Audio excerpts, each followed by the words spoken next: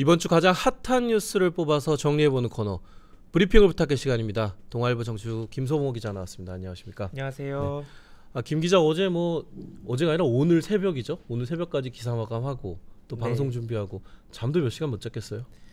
네, 거의 어제 저희 그 정치부 팀원들은 한 새벽 2시까지 기사 마감을 하고 저는 그때부터 이제 대본 작성을 하고 잠깐 쉬었다 나왔습니다. 진짜 대선 장날을 아주 화끈하게 보냈네요. 네. 하지만 이게 또 시작이죠. 대선이 끝나면 또 새로운 정부의 어떤 인선이다, 보수 재편이다 여러 가지 이슈가 많은데 그렇습니다. 고생 많이 하겠습니다. 네. 알겠습니다. 김소모 기자가 가져온 첫 번째 이슈부터 좀 전해주시죠. 네, 첫 번째 이슈 민심은 계엄 심판입니다. 네, 민심은 계엄 심판. 어제 대선 특별 방송 저희가 진행했는데 끝까지 소개해드리지 못했거든요. 결과를. 그 최종 득표율 상황부터 좀 소개해 주시죠. 네, 이재명 후보가 최종 득표율 49.42%를 기록하며 21대 대통령에 당선됐습니다. 윤석열 전 대통령의 파면으로 치러지는 거리선거에서 당선된 이재명 대통령은 대통령직 인수위원회 기간 없이 오늘 오전 취임과 동시에 5년 임기를 시작하는데요.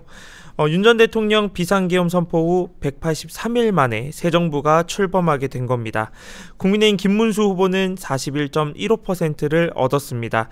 두 자릿수 득표율을 얻을지 주목됐던 개혁신당 이준석 후보는 8.34%에 그쳤는데요. 이번에 관심이 모아졌던 최종 투표율은 79.4%로 1997년 15대 대선 이후 가장 높았습니다. 네, 그랬군요. 이재명 대통령이 당초 지상파만큼 아니지만 최다 득표수를 기록했더라고요. 네, 어제 오후 한 11시 48분 정도 되니까 이제 방송사에서 확실 이런 보도들이 나오더라고요. 이후에 바로 자택에 나와서 국회로 갔었죠, 어제? 맞습니다. 그 방송사들이 연이어 당선 확실 소식을 이제 전하면서 이재명 대통령이 인천 계양구 자택 앞에서 모습을 드러냈는데요. 이 대통령은 아직 개표가 진행 중이어서 뭐라고 말씀드리기가 섣부르긴 하다면서도 국민들의 위대한 결정에 경의를 표한다. 제게 주어진 큰 책임과 사명을 우리 국민들의 기대에 어긋나지 않도록 최선을 다해서 수행하겠다고 감사 인사를 전했습니다.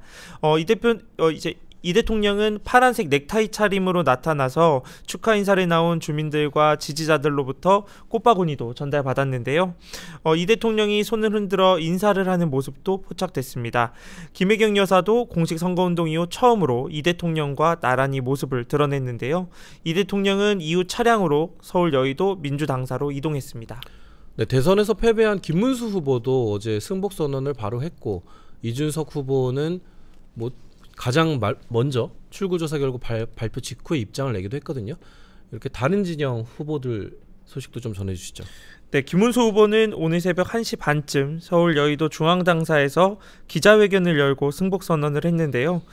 당선되신 이재명 후보님께 축하드린다. 국민의 선택을 겸허하게 받아들이겠다고 짧은 입장을 밝혔습니다. 기자들의 질문도 받지 않았고요. 개혁신당 이준석 후보는 출구조사 결과가 발표되고 얼마 지나지 않아 당 개표 상황실을 찾았는데요.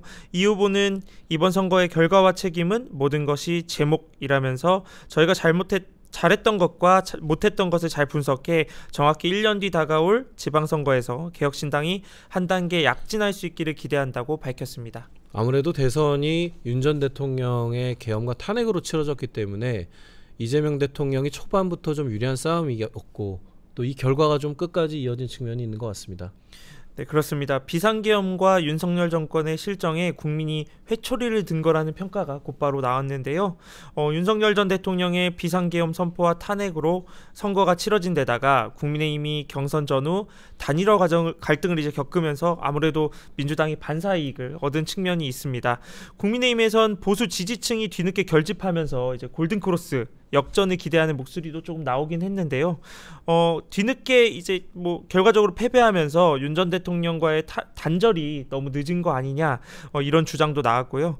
내란 심판을 내세운 이재명 대통령이 차기 정부 국정 운영에 동력을 확보했다는 분석도 나옵니다. 네, 다만 어제 방송 3사 출구조사에서는 이재명 대통령이 과반을 넘고 김문수 후보와 12.4%까지 차이가 났었는데 실제 결과는 좀 많이 이렇게 좀 줄어들었어요. 네, 출구조사 이후 이제 출구조사 결과 8시 딱 돼서 이제 발표를 했잖아요. 네. 이제 그때 상황실에서 다들 지켜보고 있었거든요. 근데 탄식 소리조차 안 나올 만큼 국민의힘에선 정말 분위기가 어두웠거든요. 그랬군요. 그런데 실제 결과에선 차이가 좀 좁혀지면서 출구조사에서까지 이거 샤이 보수가 있었던 거 아니냐 이런 이야기가 나왔고요. 그만큼 또 대선 막판에 반이재명 기조를 중심으로 보수 지지층이 결집됐다고 볼 수도 있는데요. 이 대통령의 당선으로 민주당이 171석의 거대 집권 여당이 된 만큼 주요 정책들이 견제 없이 국회를 통과하게 될 가능성이 커졌습니다. 한 민주당 관계자는 이런 이야기를 하더라고요. 민주당이 입법부에 이어 행정부까지 모두 차지했다는 인식이 확산될 경우 이제 조금만 실수해도 모두 민주당이 책임져야 하는 상황이 될 수 있다. 이런 이야기도 전했습니다. 오늘 아침에 뭐 제가 좀 돌직구쇼 채널A 돌직구쇼 보다 들어왔는데 네. 민주당 패널들이 아주 몸을 낮추더라고요. 뭐 단일화했으면 졌을 수도 있다. 네. 뭐 그렇게 워딩을 하는 걸 보면서 지금 말씀하신 그런 어떤 스탠스가 좀 민주당 안에 분위기가 있는 것 같습니다. 그렇습니다. 네, 다음 이슈 전해주시죠. 네, 두 번째 이슈는 배지 떼고 들어간다입니다. 네, 이걸 발음을 배지라고 해야 될지 저희가 좀 모르겠는데 배지라고 네. 많이들 하죠. 이게 입각을 하거나 청와대 뭐 실장이나 뭐 수석이 들어가면 국회의원 배지를 반납하고 들어가야 되죠. 그 얘기를 하는 거죠. 맞습니다. 네. 오늘 뭐 당장 국무총리 뭐 비서실장 저희 동아일보도 보도를 했지만 인선이 지금 최대 오늘의 관심사입니다. 좀 소개해 주시죠. 더불어민주당과 정치권에 따르면 이재명 정부 첫 국무총리에는 민주당 김민석 의원이 유력한 것으로 알려졌는데요. 비서실장에는 강훈식 의원의 무게가 실리고 있습니다. 김 의원은 이 대통령의 당 대표 시절 수석 최고위원으로 그 호흡을 맞췄던 경험이 있는데요. 당정 간 교두보 역할이 가능한 인물이다. 이런 평가가 나오고 있고요. 김 의원은 뭐 아시다시피 비상계엄을 가장 먼저 예측해 주목을 받았잖아요. 네. 그 밖에 정동영 의원과 강금실 전 법무부 장관 등도 총리 후보로 이름이 오르내리고 있습니다.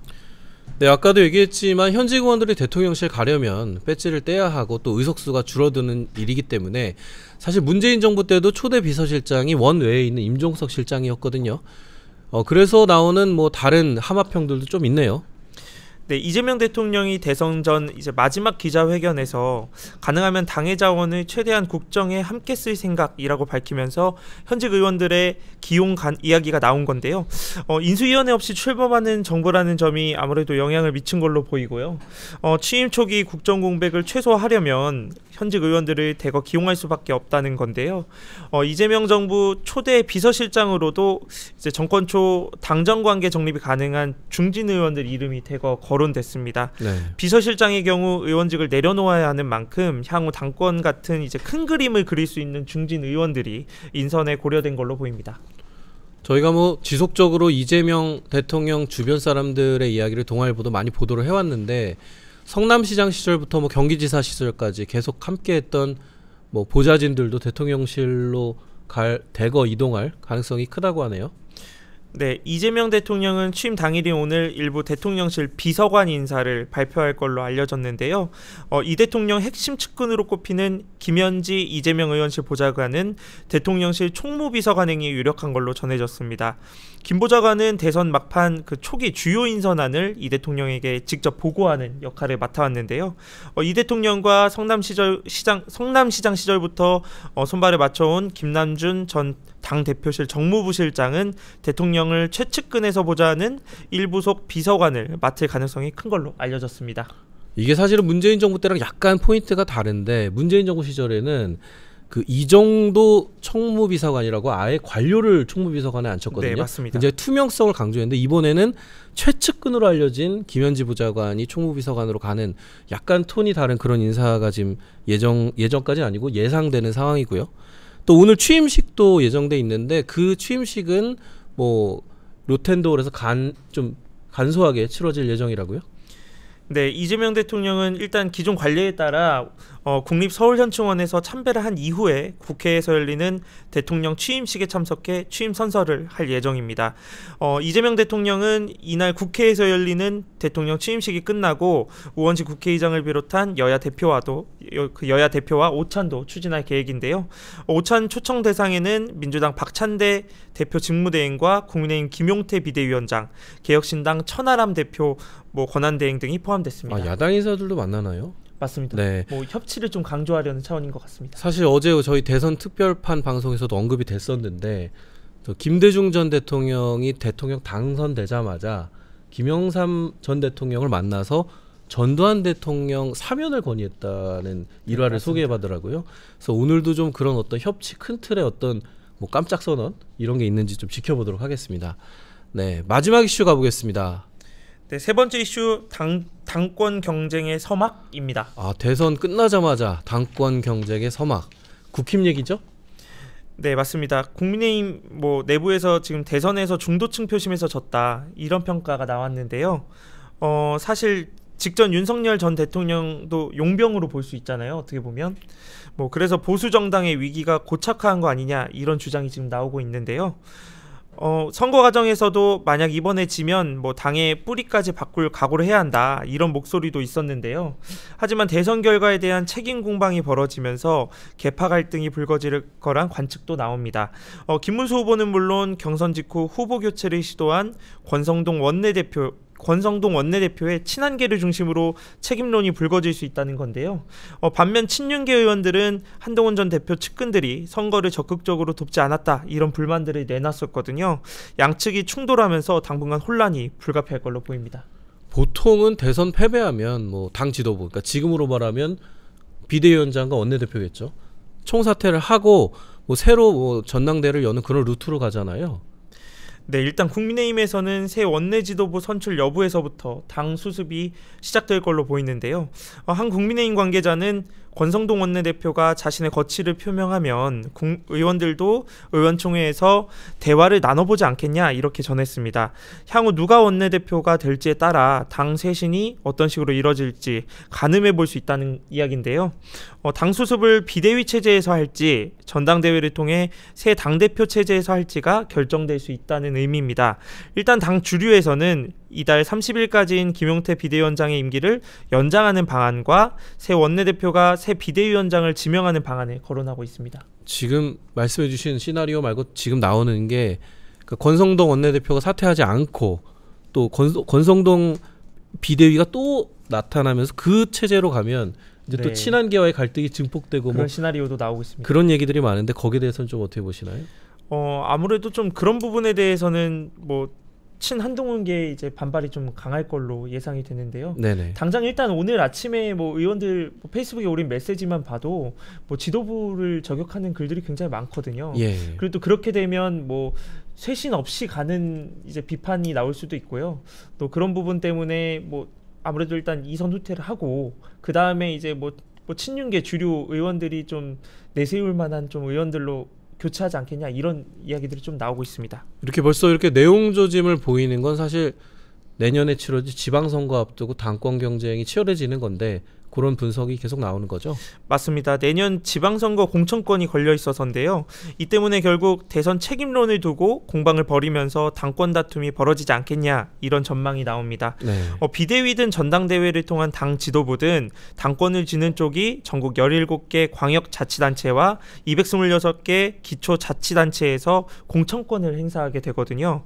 여기에 공직선거법 위반으로 의원직을 상실하는 의원들이 생기면서 차기 당권을 쥔 쪽이 국회의원 재보선 공천권까지 갖게 될 확률이 높습니다. 그렇군요. 네, 개혁신당 이준석 후보 얘기도 잠깐 하고 넘어가겠습니다. 당초 여론조사 발표 기간 깜깜이 기간 전에는 이제 10%대 지지율을 받기도 했는데 막상 최종 득표에서는 8%대 기록했거든요. 좀 아쉽겠어요? 네, 오후 8시경 지상파 방송사들의 출구조사 결과에서 이 후보 예상 득표율이 7.7%로 발표되자 개혁신당 개표 상황실에 정막이 흘렀는데요. 네. 이 후보가 완전하게 새로운 보수를 위한 시드머니를 만들어달라 이러면서 막판에 대구 경북을 찾아 보수층 표심 잡기에 총력을 쏟았잖아요. 네네. TK 지역에서도 득표율이 한 자릿수에 그친 걸로 나타났습니다. 그랬군요. 아무래도 TV토론 마지막에 나왔던 설화가 조금 악영향을 끼친 것 같네요. 네, 대선 후보 그 마지막 TV 토론이었죠. 여성 신체 부위를 언급하면서 원색적인 표현을 인용한 그 젓가락 발언이 영향을 미친 걸로 보이는데요. 정치권에선 선거 막판 사표 방지 심리가 작동했다 이런 분석도 나왔습니다. 이 후보가 출구조사대로 10% 이상 득표를 기록하지 못하면서 개혁신당은 지출한 선거 비용을 한 푼도 돌려받지 못하게 됐습니다. 그렇군요. 하지만 뭐 이준석 후보 아직 뭐 40대 초반이고 향후 보수 재편에서 뭐 역할을 할 거라는 전망도 나오죠. 네, 출구 조사를 보면 이 후보는 20, 30대 남성에서 20, 30%대 지지를 얻었는데요. 거의 뭐 대부분 득표를 다 차지했다고 해도 과언이 아닌 상황이고 일부 지역에서는 이제 김문수 후보보다 더 높은 맞습니다. 곳도 있더라고요. 네. 수도권과 영호남 등 전국에서 비교적 고른 지지를 받았다는 게 특징입니다. 반면에 20, 30대 여성과 다른 연령대를 공략하는 데는 사실상 실패했다는 지적이 나왔는데요. 어제 그 개표 결과를 보면서 저희도 여성 득표에서 이준석 후보가 얻은 표가 거의 없다. 약간 이런 얘기를 서로 주고받고 그랬거든요. 맞습니다. 이 후보는 이번 대선에서 얻은 젊은층 표심을 바탕으로 향후 전국에서 범보수 진영 재건에 목소리를 일단 낼 걸로 보이고요. 국민의힘 한 중진 의원은 국민의힘이 전면적인 쇄신을 하지 않으면 1년 뒤 지방선거에서도 참패할 가능성이 크다. 이준석의 개혁신당과 어떤 식으로라도 연대하는 방안을 모색할 필요가 있다. 이렇게 이야기하면서 이제 이준석 후보의 영향력이 조금 이제 보수 지정에서 어떻게 좀 미칠지 뭐 관심이 모아집니다. 좀 뒤늦은 얘기 같기도 하고 그렇습니다. 맞습니다. 네, 잘 들었습니다. 지금까지 동아일보 김성모 기자와 함께 얘기 나눠봤습니다. 다음 주에도 부탁드리겠습니다. 네, 감사합니다. 네, 고생하셨습니다.